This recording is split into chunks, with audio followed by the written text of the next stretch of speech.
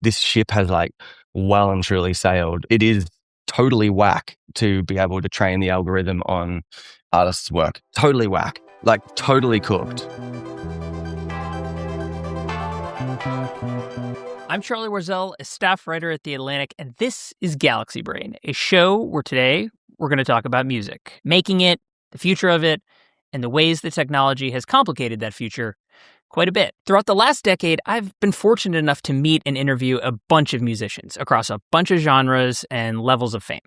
And inevitably, the conversation always shifts towards streaming. Now, you're probably familiar with the basic gripes. Streaming has atomized a musician's catalog, prioritizing tracks over albums. The economics stink for the artists. Musicians have to get big, like really almost Taylor Swift big, to make money from the streamers. And in order to get big, musicians now need to play the platform game, the same one that creators and average Joes posting anywhere online have to play. Getting put on Spotify or another streamer's curated playlist is crucial, but so is navigating whatever proprietary algorithms the streaming service might be employing to surface music for listeners. And so the result has been this kind of frustration that you are hearing from creators everywhere. It is this feeling of having to shadow box an algorithm to fight for scraps of attention. And it is here where the conversations tend to get, honestly, pretty dark. Musicians I've spoken with describe weird things happening. An experimental song from the end of an album that doesn't really sound a ton like them blows up because it got picked up by an algorithm. And that makes it so the streamer lumps their band in with a genre that they rarely play in. And then it's harder for their best work to get discovered. Artists who have viral success on one track can find themselves trapped in the same sound, and they're just chasing the algorithm, hoping to strike gold again. They describe this pressure to churn out new songs and albums faster and faster every year. And there's this creative confusion that many record labels just don't have an answer for. Here's what one musician told me back in 2024. Quote, "Nobody knows what matters, and it's just like wandering in the desert." And the streaming climate has only gotten more precarious since then. With generative AI, it's now possible to create entire complex songs with a text prompt or just by humming into your smartphone. Major record labels like Warner have recently partnered with generative AI music companies like Suno, whose CEO Mikey Schulman said in an interview with The Guardian this year that, quote, "I think the majority of people don't enjoy the majority of time they spend making music." Now, in the interview, he's referring to the tedious bits of engineering work. But he clearly sees that automating the creative process is a good thing. Quote, "It was described to me that we are the Ozempic of the music industry. Everybody is on it, and nobody wants to talk about it." As it turns out, all that diet music, it's going somewhere. It's flooding onto the streamers. For the last few years, across genres, synthetic music has been crowding out human-made music. Chances are, especially if you listen to instrumental music, you've unknowingly streamed some smooth jazz conjured by a bot. In late September, an AI-generated song under the name of Xania Monet became the first to debut on the Billboard radio chart. And there's other issues too, like impersonation. The website Rest of World reported last fall, for example, that somebody cloned the voice of reggaeton singer Bad Bunny, perhaps you've heard of him, and created a song that reached the top 100 ranking temporarily on Spotify in Chile. That was before it was removed from the platform. All this now brings us to King Gizzard and the Lizard Wizard. For the uninitiated, King Gizzard is a popular and prolific Australian band known for bending genres, ripping live shows, and for putting out dozens of albums in a short period. In 2017, they released 5 albums in 1 year. Now, in July, the group took its music off of Spotify in protest of Spotify CEO Daniel Ek's decision to lead a nearly $700 million investment in a German company that makes military drones and AI defense tools. Quote, "Can we put some pressure on these Dr. Evil tech bros to do better?" But as the newsletter Platformer reported last year, some King Gizzard fans noticed that several tracks were still available on Spotify. It wasn't King Gizzard's actual music, but a kind of ringtone, Muzak-style cover of their songs, with similar artwork and information attached. It was only when people clicked on the track that, according to Platformer, it redirected to a different page for a different instrumental cover artist. The fake King Gizzard songs reportedly had more than 10 million streams. When alerted, Spotify got rid of the fake songs, but the debacle illustrates what artists are up against. Staying on the platform can mean having to play this unwinnable game, but leaving has its challenges too, losing discovery, and perhaps having to fend off squatters. Okay, here's where I should note that we reached out to Spotify about the King Gizzard situation and AI impersonation in general, and a spokesperson acknowledged that, quote, AI is accelerating problems that already exist across the music industry, including impersonation and fraud. The company shared a series of new policies it announced in September, including, quote, stronger rules requiring artist authorization for vocal imitation and standardized AI disclosure credits developed with industry partners. They continued, bad actors can sometimes exploit gaps to push incorrect content onto artist profiles. We are testing new prevention tactics with distributors, investing more resources into content mismatch review, reducing review times, and allowing artists to report mismatches even before release. A spokesperson also countered a claim that you're going to hear later in this episode, which is that Spotify pays worse than other streamers. Quote, every other streaming service pays less than Spotify. Spotify paid out $11 billion to the music industry last year. So that's Spotify's perspective. But what have streamers done to music? And what does it mean to create art and music online in 2026? And how can people stay sane and navigate this ecosystem at the same time? I figured there's no better person to talk to about this than the frontman of King Gizzard himself, Stu Mackenzie. Stu joined me recently from Melbourne at 3 a.m. my time to help me understand if we're all, in his words, cooked. Here's my conversation with Stu. Stu, welcome to Galaxy Brain. Thank you so much for joining me from Australia. What's up? Yeah, welcome from the other side of the world. It's summer there, right? You're like actually living the dream there instead of the crushing fatigue of winter that we got going. It is a dream, and it is always summer in Australia. Not really, but it is. It is if you believe it is. It is if you live in the dream. I want to start out just by asking, we're kind of a similar age. You're an extremely creative and artistic person. What's your relationship to like the internet and technology? Is it an engine of creativity for you? Is it a hindrance? Some of your past your interviews about recording suggests like even some of that you did was a bit analog in nature. But what is your relationship to the internet, technology, and all that as an artist? I mean, I'm probably going to give you an answer which is probably typical of someone who's 35. Me, and like people, of our gen, in that it's incredible and that it has allowed, me to have access to so much music, but also art and culture and everything that was just like not accessible to people of 10 or so years before us. And you have to pay that. You have to just go, fuck, this shit is amazing. I hate my phone. I want to fucking throw this shit off a bridge. I want to throw it so every single day at some point, I want to throw my phone into a body of water. But I also just think it's incredible. Look, what this shit does is amazing. We're talking to each other, on the other side of the world, like pretty fucking seamlessly. That is cool.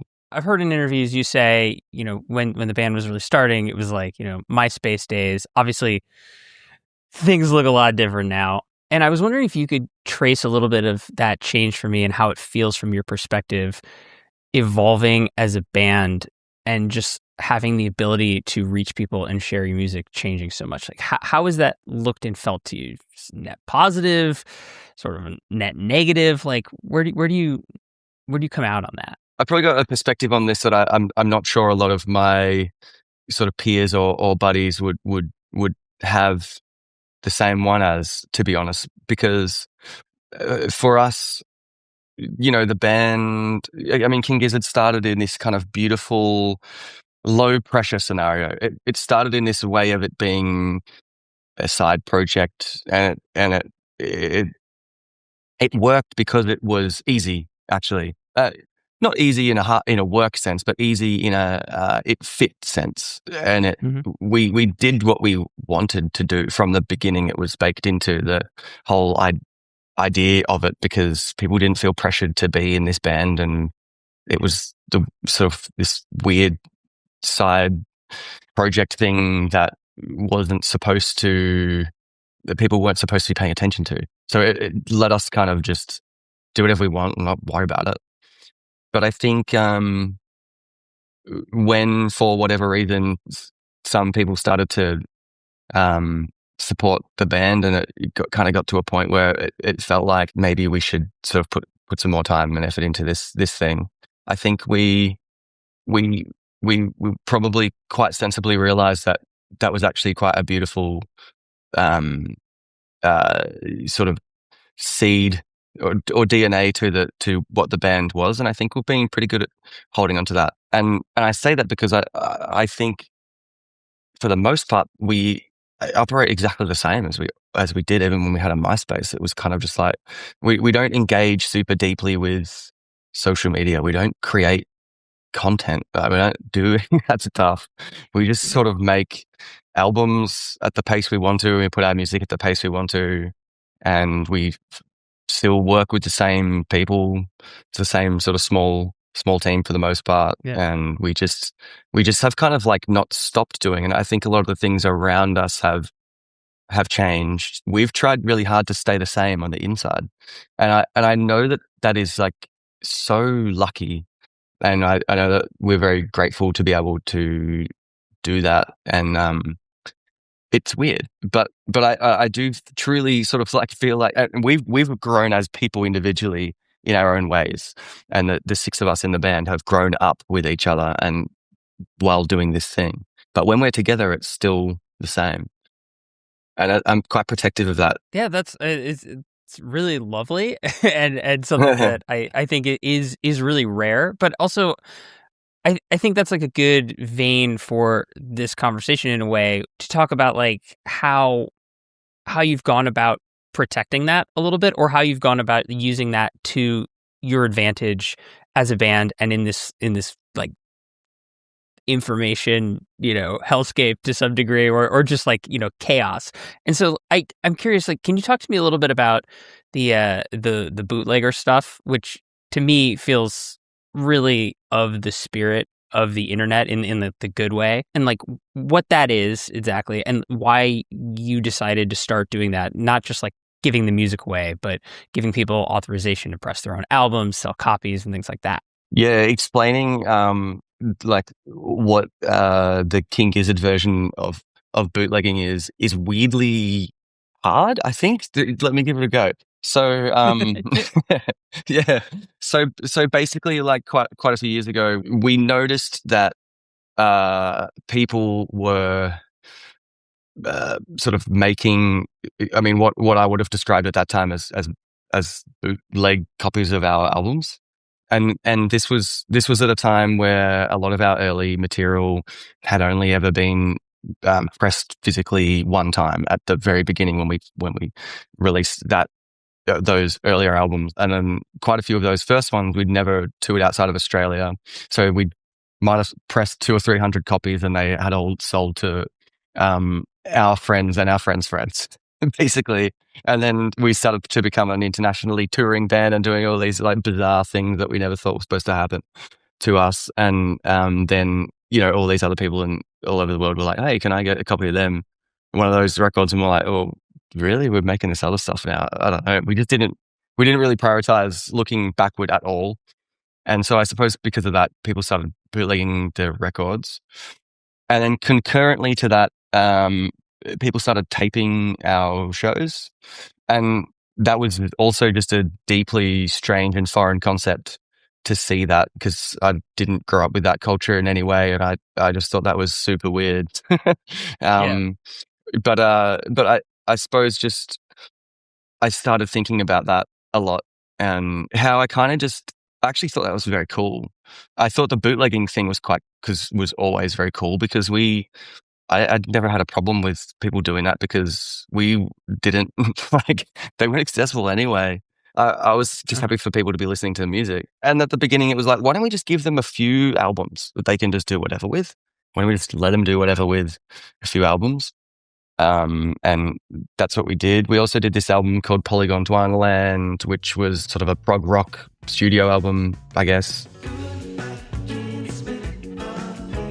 We released 5 albums in that year, and it did start to feel a bit capitalist of us, or maybe against some of our core values, to continually ask people to buy our shit. 5 albums in a year is a lot. Yeah, I get that. Exactly. So the fourth of the fifth, which was Polygon Dwineland, we just made for free. And we thought, well, we should really make this free, like really free. Like, this is not just a free download. Like, this doesn't belong to us. Like, it was like, this is free. You know what free is? It's free.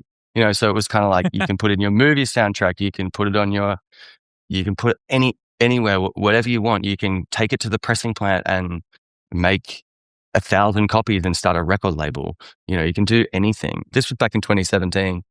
Looking back after a year of that or something, there was like all these record labels had started up, and all this kind of like this sort of community of people sort of like sprung up around this album, and it did feel like it just felt so beautiful. It felt kind of like creating life, and it just felt so contrasting to so many of the annoying things about like being in a band where you have to kind of sustain yourself and you have to be a business. So that's just so annoying. So fucking play music, and it just felt so in line with all of that. But yeah, now we do just tons of our music is just bootleggable. We just do whatever you want, and yeah, you can listen to it or download it for free, or do normal people stuff, or you can like do crazy people stuff and like make record labels and shit. And people have, right? People have kind of, record labels have come out of that, right? Like, yeah, it's like it's so wild. Cool. It's amazing. Yeah. So what I think is interesting about that, right, is, I want to talk to you in a minute about some of the Spotify stuff, some of some of the stuff that is been hard and squeezing artists to some degree. And some of that all comes from this idea, right, of you've got to find and build community in whatever ways that you can, right? Get the music out to people, but also have something there. And I feel like what you guys have, whether you stumbled upon it or whether it's just, the way that your ethos as a band and as human beings have, decided to be creative and make art, is that it seems like you've been able to bypass a little of that commercialization and form that community, which then in turn is sustaining, right? Like I think about Fish, The Dead, the idea of that sort of like the taping community, right? And this idea of like, we're going to play lots of live shows, people are going to go, and we encourage that taping, that thing. It gives, as you just said, gives us the ability to be, to deliver a different kind of show every night, that creative challenge of improvisation and locking in and all that stuff. But at the same time, too, it creates this ecosystem, right? And the ecosystem can then become as obsessive as you want to be over shows and archives and last time played and first time played and all these different types of things. And it builds the lore, and it kind of like fosters that community in a way that I think ends up being probably way more generative, right? Than just like, yes, like stream our album, here it is, and then here's the next one, right? Yeah, that's my worst nightmare, is to kind of be like just constantly trying to push the thing. That's not fun. No shade to anyone who wants to operate like that, but it doesn't work for me. It's a personal preference. I think, and I do feel extremely fortunate to be able to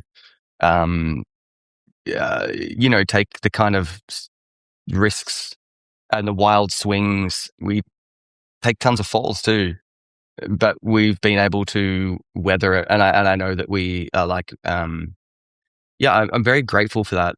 It does also, and I know like you want to talk about the Spotify stuff and everything.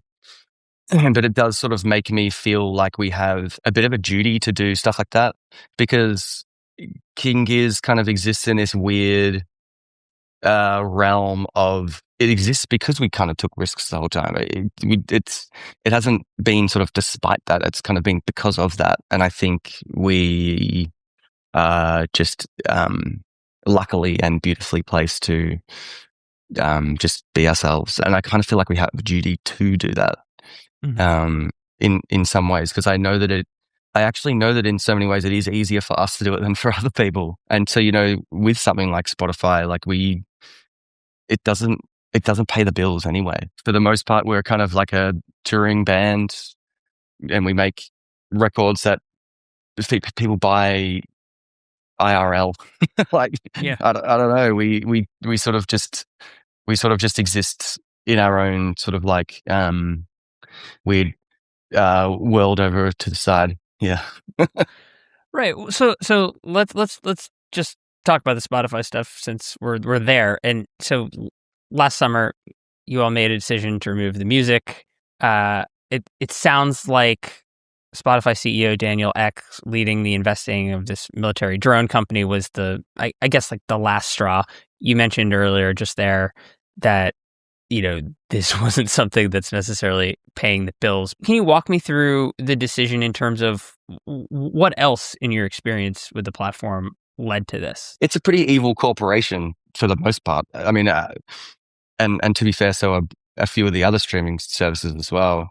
And it's oh God, fuck, it's actually kind of easy to hate Spotify, to be honest, as an artist. Like they pay way worse than almost all the others to begin with, and they're the biggest. So they're kind of setting the standards in so many ways. I feel like all my mates were already saying fuck Spotify constantly anyway, before we did it. And before all this before all of the sort of, the military investing stuff came up as well, it does sort of feel like when you're making music, making music is, maybe this goes without saying, or maybe I'm just going to say it. It's such a vulnerable thing to do. It's actually like really hard to make music with other people. I mean, again, maybe that does go without saying, but it's hard sort of like emotionally, and it's hard sort of in a way of, it's hard to motivate yourself, and it's just this vulnerable sort of like weird, I don't know, sort of thing that we and other musicians constantly put yourselves out there in this weird world to do because we believe in it. I guess a lot of the things sort of happening around Spotify started to feel like it honestly just made me and the others feel like not going to work, right? Mm-hmm. And I love work. Yeah. Like, work to me isn't this bad word. Work is awesome. Like, work is great. I want to go to work. I want to make stuff, and all this shit made me not want to go to work. And, had a lot of conversations with a lot of other musicians who I love and admire. And some of my other mates left Spotify, and I just thought, oh man, I don't know. For some reason, it wasn't something that I really thought of being possible. It sounds like, you spend so much time thinking about music and working on the music, and Spotify is the platform that most people listen to it on. And then a few of our mates left, and I just thought, oh, I didn't even really think about that as an option. I've been having this conversation for a couple of years with a number of artists and musicians, especially, and I was talking kind of like to prepare for this to another musician who's honestly done really well for themselves, very, very popular, and mentioned that the Spotify stuff, especially the algorithmic discovery stuff, had just ground them down so much creatively. Like, basically had said, like, I use the same terms of work, right? Like, I consider this to be work. I consider, like, when I gotta get through, I'm problem solving, right? Like, it's not all just like, it's not all fun and games. It's like my job sometimes, and like I'm not afraid to like grind through it and do that. And then there was this feeling recently that like they weren't able to stop, which was like, I'm going through all this, I'm like preparing this beautiful meal, right? And I have this like total worry that this thing that I have no control over is just going to stop people from coming to my restaurant, right? Even if they like the food all the time, like they're just going to forget that the restaurant exists, right? For some kind of weird reason. And this idea also that like songwriting is for them this craft, this thing that they love to do, right? And that it's become sort of, it's gone from this skill game to this slot machine game, right? And like really good, like if you're thinking about like casino mentality, like really good blackjack players don't want to spend time at the slots because the slots are stupid and they're arbitrary, right? And that's how it felt, fighting for people's attention. It was a really interesting feeling though that it's got that similar thing of like it's just making coming to work feel juiceless or bad. Yeah, and that's interesting to hear you say that, because I do think there are a lot of analogous sort of I mean it's happening kind of in so many industries at the moment in different ways. And yeah, I feel like I can kind of talk about it from sort of my perspective of being a musician. I feel like I have conflicting ideas about it, and I feel like I almost open my mouth to say something and I stop myself, because it kind of it's hard to sort of it's hard for me to form a fully thought out opinion on a lot of this stuff, because it's still happening. And again, with technology, there are certain elements of like a lot of the AI or generative things that I look at and I'm like, fuck, that is so cool. Like, that is fucking amazing that shit is possible. To democratize some of this, to give people some of the tools, some of the ability to say, like, I see this, I feel this, and I want to I want to make this for myself, right? That is like going back to the first principles of all of this stuff, the way that humans did it before it was professionalized. And yet, if you do reduce it to, hey man, like I want to do this and I can do it now because I can like write out a prompt and push a button, that's fine on a creative like explosion scale, right?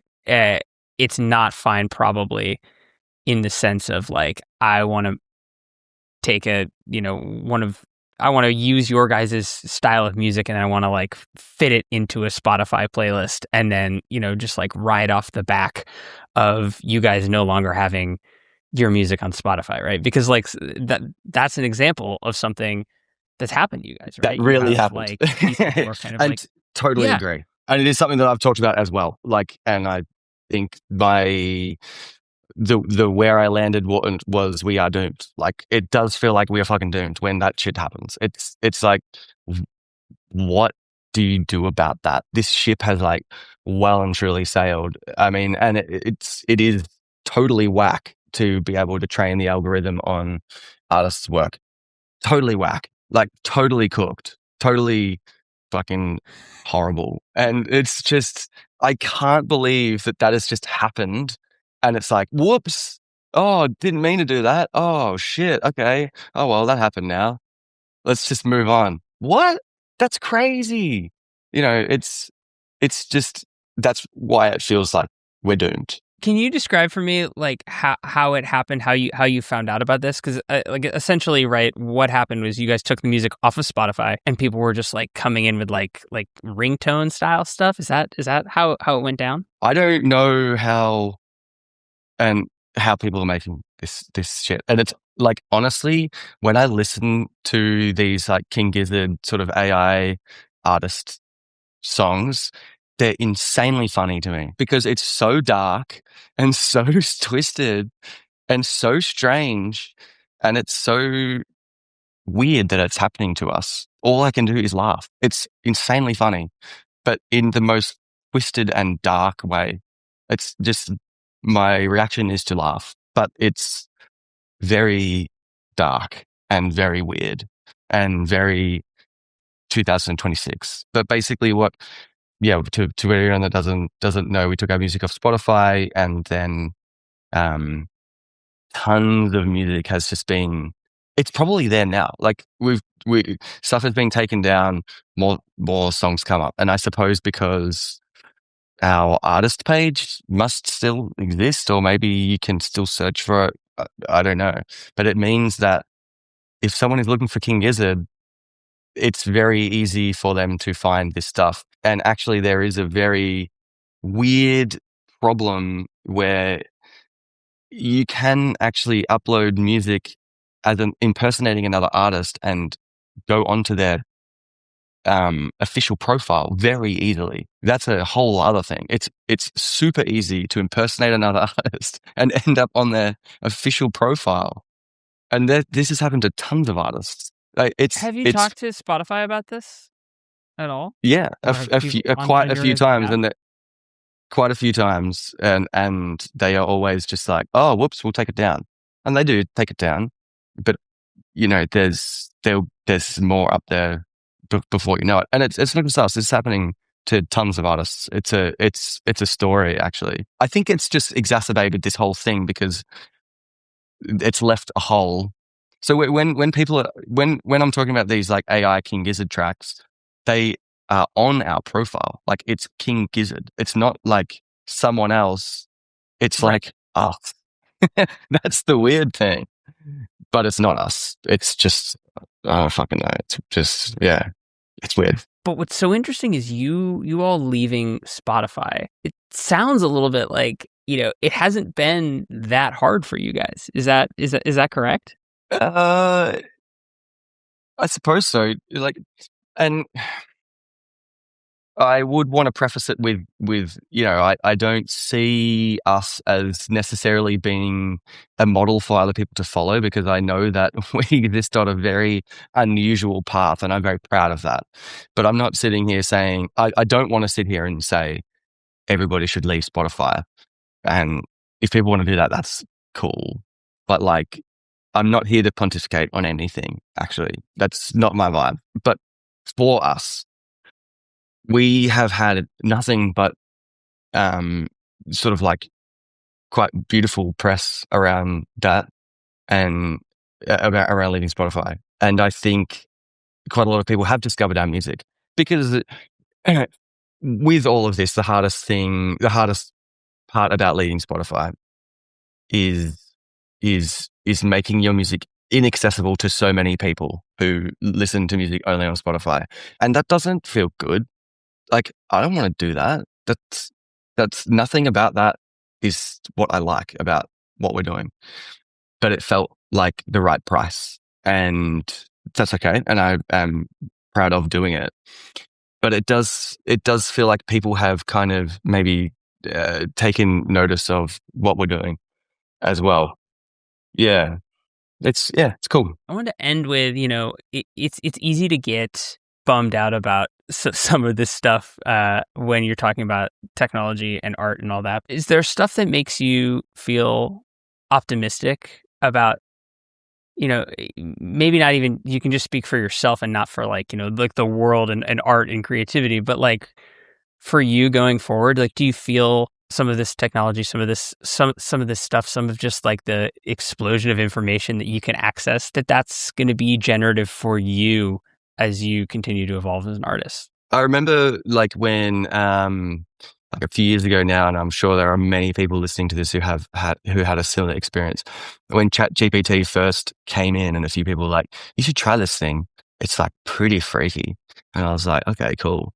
And I started just writing in just the most batshit prompts. Like, you are a grain of dust traveling through the fucking cosmos. Explain to me what you see along the way. Like, I don't know, like stuff like that just felt so new.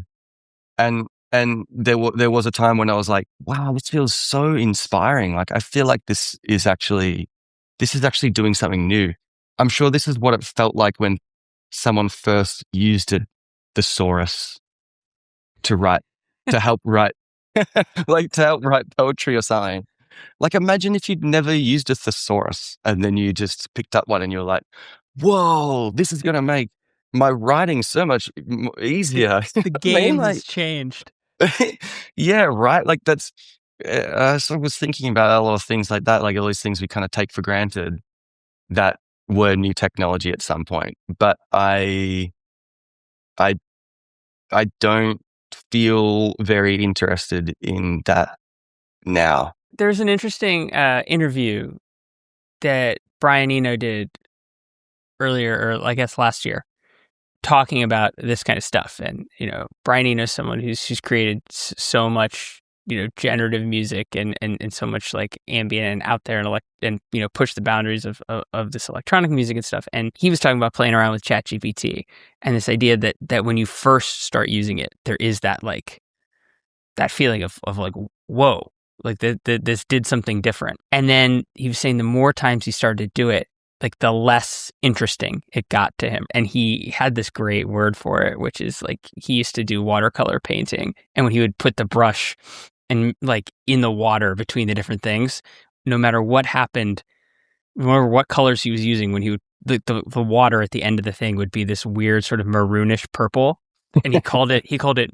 munge was the color, and he was like, "That's ChatGPT. The output is munge. Like no matter what I do, it always kind of comes back to this like kind of drab, sort of soulless mix of all the stuff." And I thought that was kind of like a perfect summation of maybe why it's that kind of stuff is not all that interesting to you right now. Maybe.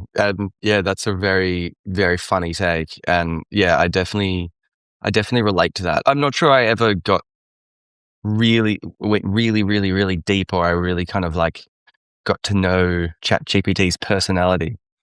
But I do know that it has a personality, and I do know that it's what like a good percentage of the world is using. That to me as an artist is not interesting, to engage with right now, at least not in the kind of music that we're making. And that moment that I was talking about, when I first did use ChatGPT, and it kind of did blow my mind. It actually felt niche at that time. It felt like something that my parents, for instance, wouldn't have known about. Mm-hmm. It was at that point, whatever that point was. A lot of it does come back to kind of what I was saying earlier, and I just want to do what makes me want to go to work, and what makes me kind of excited to just like get out of bed and, like race into my studio and make music. Like that's or what makes me want to pick up the phone and call one of the other guys in the band and say, meet you at the studio like 9 o'clock in the morning, like let's go. Kind of got these ideas. Like I just want to put myself in that headspace. I wonder if this is like when the drum machine came out. Or I wonder whether it is not like that at all.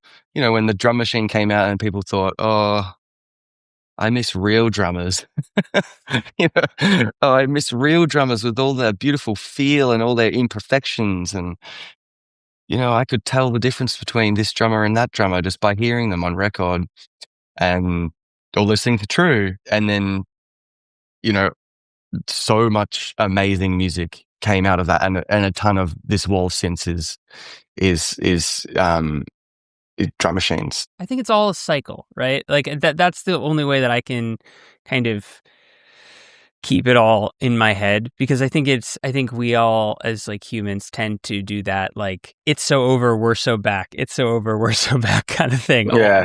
Like and instead of being completely doom and gloom about it, or dismissing it as nothing, right? I think it's a part of this cycle. I think there, like as with something like a drum machine, you get to do different things and manipulate it in all these different capacities, and kind of push the bounds of something, right? And there's a lot of creativity and interesting like wall breaking there. And at the same time too, I think like you sacrifice, you pay the price of like a little bit of that humanity, or a little bit of that, spice of life type thing. And then people, if you go too far in one direction, eventually I think people start yearning for the other thing. What I find really inspiring about what you guys have charted out for yourselves is that it feels like there's a real focus on the humanity part of it, on the human element, on the just like the drive for the new thing, the creative like push. And I think that is what a lot of people are craving more and more these days.